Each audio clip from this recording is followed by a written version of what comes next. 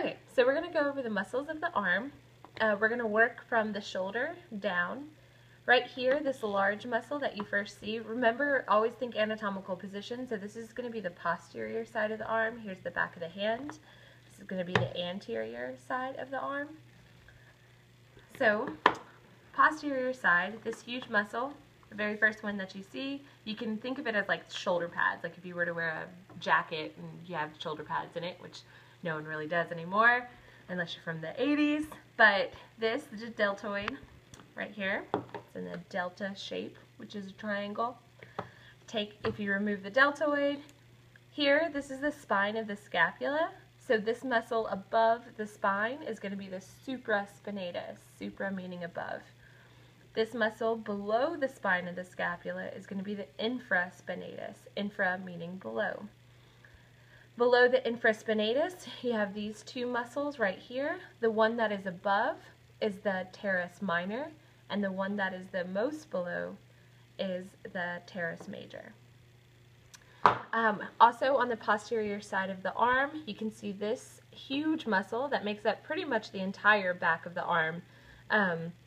This part, as well as this part right here, all three of these parts make up the same muscle called the triceps brachii, triceps meaning three heads. So the triceps brachii. Let's move to the anterior part of the arm. This muscle right here is the subscapularis. So sub meaning below, and it's on the underside of the scapula. Okay.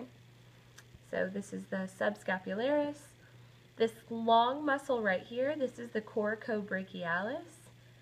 Coraco pertaining to the coracoid process of the scapula, and then brachialis because anything in this upper region of the arm is referred to as like the brachium. So coracobrachialis. And right here, this is the biceps brachii. Biceps because there are two heads. Biceps brachii. On the posterior side of the forearm, this is where you're going to find the extensor. So extension of, these muscles are going to extend the hand at the wrist. Let's see. This muscle right here, this is going to be the extensor carpi ulnaris. So extensor because of the movement that it carries out, carpi because it goes to the wrist, and then ulnaris because it's on the pinky side. And if you remember in the bones, the radius is on the thumb side and the ulna is on the pinky side. So this is the extensor carpi ulnaris. Right here, this middle muscle going to the middle of the hand, and it's going to innervate the digits, meaning fingers. This is the extensor digitorum. Extensor digitorum. Right here, kind of gonna have to move, not necessarily on the posterior or the anterior side of the arm, but this muscle right here that goes from the brachium, okay, so this part of the arm, and kind of radiates around and goes to the thumb.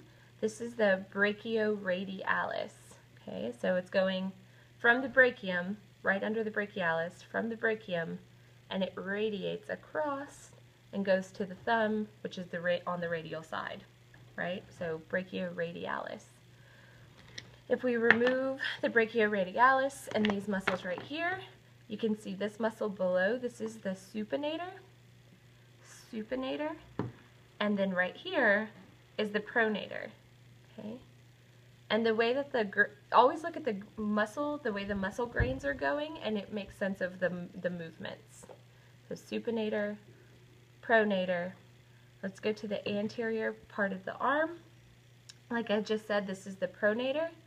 This muscle right here that goes down to the thumb, this is going to be the flexor carpi radialis. Flexor because this is going to flex the hand at the wrist.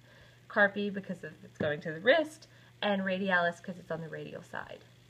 Here, this one going down to the middle of the palm, this is going to be the palmaris longus.